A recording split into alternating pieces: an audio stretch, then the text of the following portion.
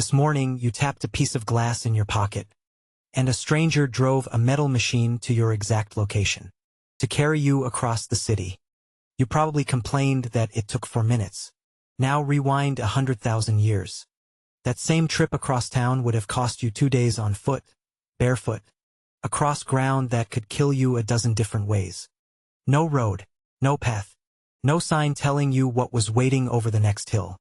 For almost the entire history of our species, going anywhere meant risking everything. And the only engine you had was your own 2 legs. And here's the part that should stop you cold. For 300,000 years, every single journey any human ever took happened at exactly 1 speed, walking pace. And on foot at walking pace, we still reached almost every scrap of dry land on the planet. Then it gets stranger. The inventions that finally sped us up, boats, horses, the wheel, arrived in an order that makes no sense at all. We sailed across open ocean tens of thousands of years before anyone thought to build a wheel. This is the story of how we beat distance. So let's start at the very beginning, with the first machine you ever owned. Your feet. Here's a fact that sounds like an insult but is actually a superpower. Humans are the best long-distance travelers on Earth. And also some of the slowest. A cheetah hits 70 miles an hour. A horse can hold 30 for miles. You top out around 15. For about 6 seconds before you're doubled over, gasping. But speed was never our trick. You can walk 20 miles in a day, sleep and get up and do it again. And again. And again for weeks. There is not a single other animal on this planet that can keep that up. Your body is quietly built for it. The arches in your feet work like springs. The tendon in your heel stores energy and fires it back with every step. There's a little ligament at the back of your neck that holds your head steady while everything under it pounds along. And you're covered in something like 2 million sweat glands, cooling you down, while every other big animal on the savannah overheats, stops, and lies in the shade panting. You are not built to be fast. You are built to never stop. We have proof of how old this is. In 1978, in Laetoli, Tanzania, the fossil hunter Mary Leakey uncovered a trail of footprints, pressed into volcanic ash, 3.5 million years old. 2 individuals walking upright, side by side. And they look almost exactly like the prints you'd leave on a beach today. For millions of years, that was the only travel technology we had. And somehow it was enough to take us further than any creature has ever gone. Because starting around 70,000 years ago, we walked out of Africa, not in one heroic march, in a slow drip, generation by generation, small bands nudging a little further, into land no human had ever laid eyes on, across the Middle East, into Asia, up into frozen Siberia, over a bridge of dry land into Alaska, and all the way down to the tip of South America. Something like 15,000 miles, walked by people who had no idea the destination even existed. And they were not wandering aimlessly. Archaeologists keep finding volcanic glass tools, hundreds of miles from the nearest volcano, seashells buried deep inland, amber traded clean across mountain ranges. These people were covering enormous distances on purpose. To trade, to meet other groups, to reach a resource they knew was out there. Because somebody had told them. This wasn't aimless drifting. This was networking on foot. And on those walks we met other kinds of human. The Neanderthals were already in the cold north. The Denisovans were out east. And when our ancestors ran into them, they did the most human thing possible. They had children together. You can still read it in your own body. If your family comes from outside Africa, you're carrying 1 to 2% Neanderthal DNA. Right now, in every cell.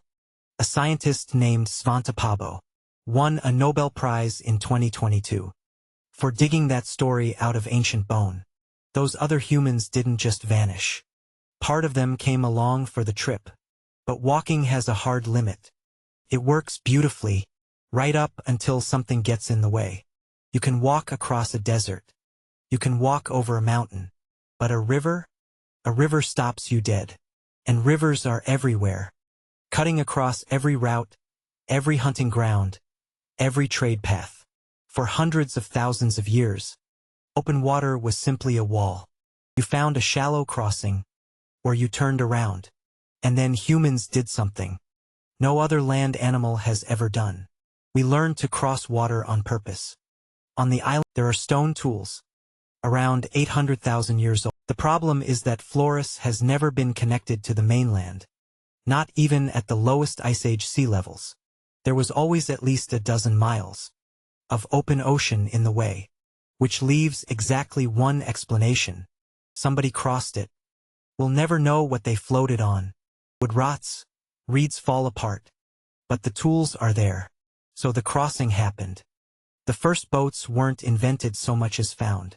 A fallen log. A bundle of reeds. Somebody grabbed something floating to get across a stream and didn't drown. That was the spark.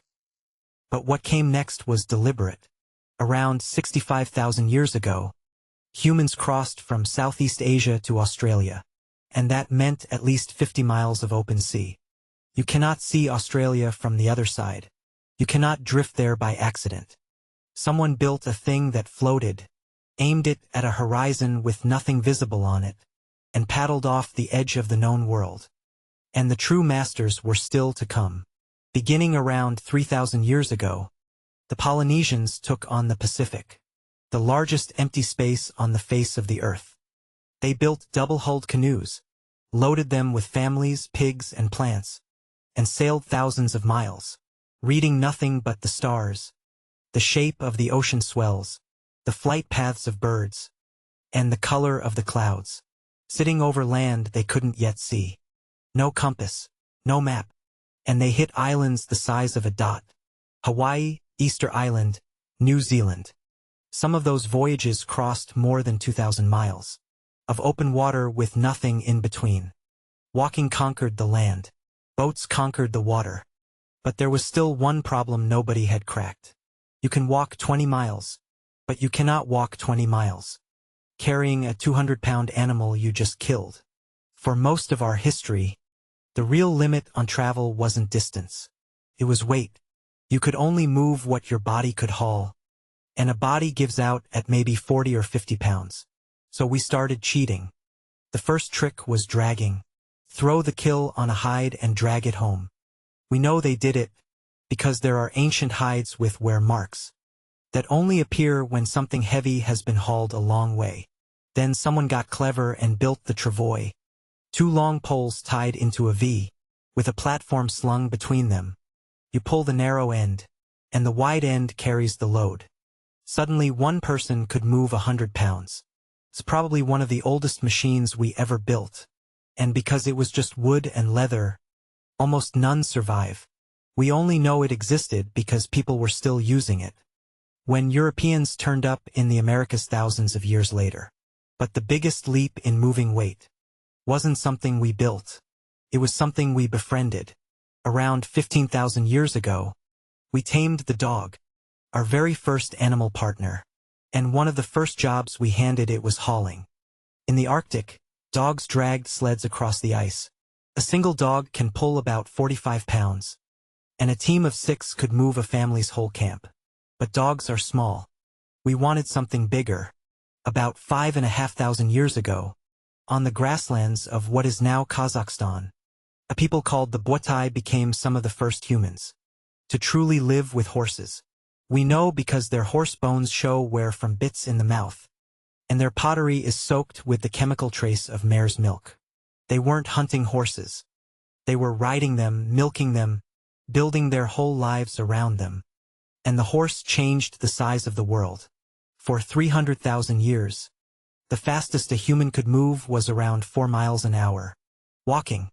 On horseback you could hit 30. In a single generation, the world shrank to a fraction of its size. Messages flew. Trade routes stretched. And war changed forever, because now an army could be at your gate before the news of it ever reached you. After that, every corner of the world put its own animal to work. Donkeys through the deserts, camels across the Sahara, reindeer over Arctic snow, llamas along the spine of the Andes. But here's the twist that genuinely breaks your brain. Humans crossed every ocean on Earth before anyone invented the wheel. The oldest wheel we've ever found comes from a marsh near Ljubljana in Slovenia, and it's about 5,000 years old. That's it. We'd sailed to Australia 60,000 years earlier, and the wheel didn't even begin as a way to travel. The first ones were potter's wheels, flat discs for spinning clay. Somebody, at some point, tipped one on its side and thought, what if something rode on top of that? The first cartwheels were solid slabs of wood, heavy, cracking on rough ground and sinking into mud. Honestly, a horse was faster without the cart than with it. Then, around 4,000 years ago, someone invented the spoked wheel. Light, strong, fast, and now you had the chariot. Speed and cargo at the same time. Paved roads followed, in cities like you are.